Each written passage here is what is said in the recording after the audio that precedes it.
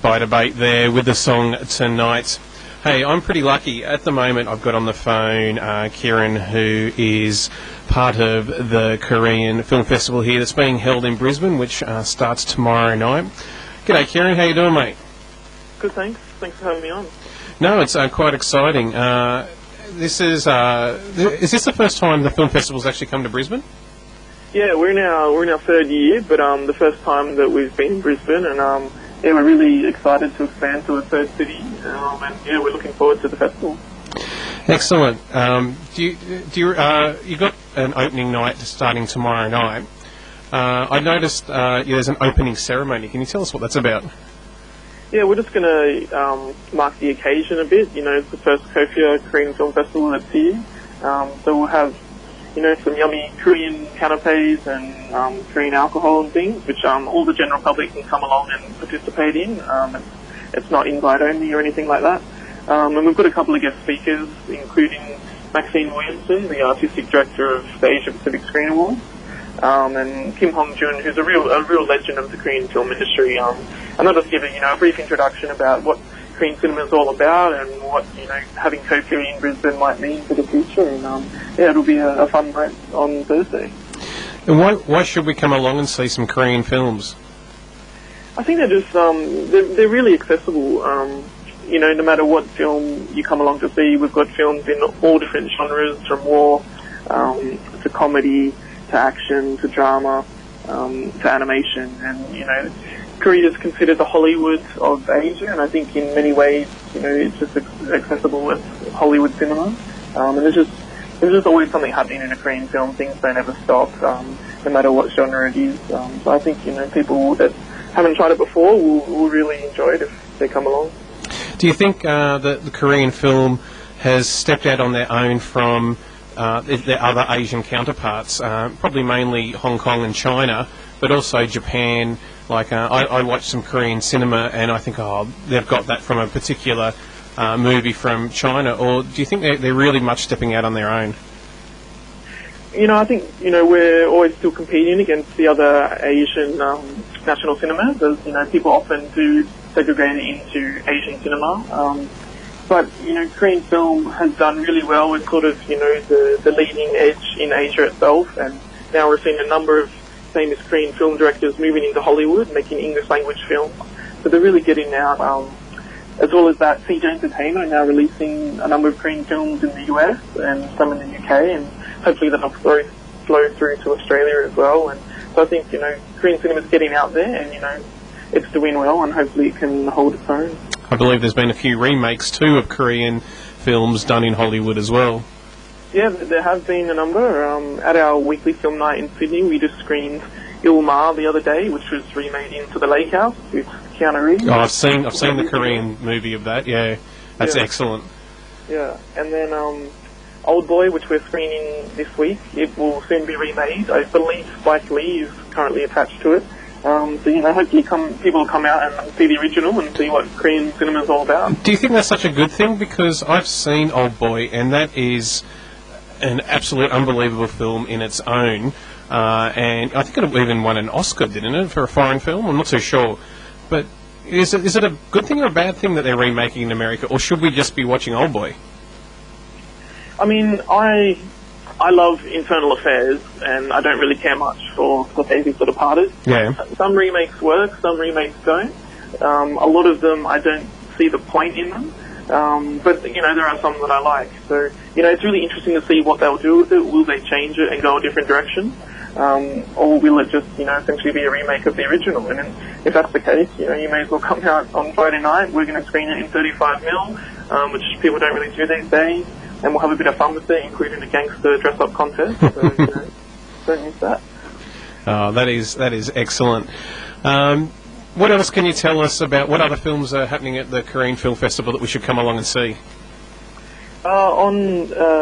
With our opening, we have War of the Arrows, which was the #1 film at the Korean box office last year, and we opened with it in Sydney as well.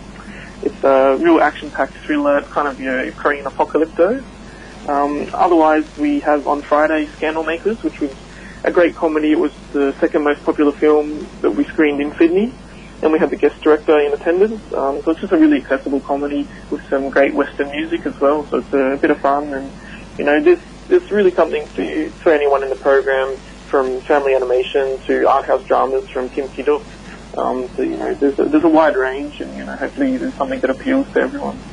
They can be quite violent, some of the films. I'm thinking, not necessarily at the film festival, but The Chaser will be one I'm thinking off the top of my head. Do you think people get the wrong idea about Korean cinema, is that they're all violent?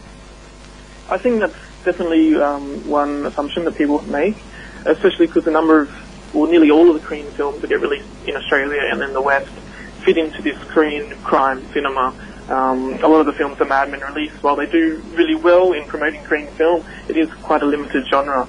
So, if you come along and watch Old Way, you will have this perception that Korean cinema is extremely violent. But as I said before, Korean cinema just pushes things to the limits, and that can be in a violent way, or it can be in a very dramatic way. So their romantic comedies are extreme, the girls are very open and very bubbly, and, the comedy is taken to one extreme. So it's really just pushing drama to the limit, no matter what the genre it fits. So I was going to say, like The Good, the Bad, and the Weird is a quite extreme comedy. Exactly, and so I don't think labelling Korean cinema as violent is correct, but there definitely are violent films. It's again just picking the right film that suits yourself. Well, one of my favourite Korean films is The Host, which got a fairly big public release. I think it was even shown at the cinemas. I'm not too sure, but yeah, it's an incredible film that I suggest people to go and hire out on DVD if they can. What did you think of The Host? Yeah, it's a fantastic film. Again, we screened it at our weekly film night in Sydney earlier this year. Bong Joon-ho is an absolutely fantastic filmmaker. We opened our first ever Kofia in 2010 with his film Mother, and he's now working in Hollywood. So it's interesting to see what he's going to do as a filmmaker and making English language films. But, there are these great films in the Korean film catalogue that we're just trying to get through, and that's why we've got a few modern classics at the festival this week. So people that may have missed them in the past, you can come along and catch them on the big screen. All right, well, I've got a double-headed question here. I want to know what your all-time favourite Korean film is, and I want to know what your favourite film is at the festival. Now, if they're the same thing, you get to answer just one answer, but hopefully there's two different answers here. Yeah, there'll be two different ones. My all-time favourite, I'll have to say The Isle, which is from director Kim Ki-duk. It came out in around the year 2000, I believe. He's a real great art house filmmaker. His films are quite subtle, quite silent. There's very little dialogue, and I think that makes them quite accessible. You don't, obviously don't need to read a whole lot of subtitles.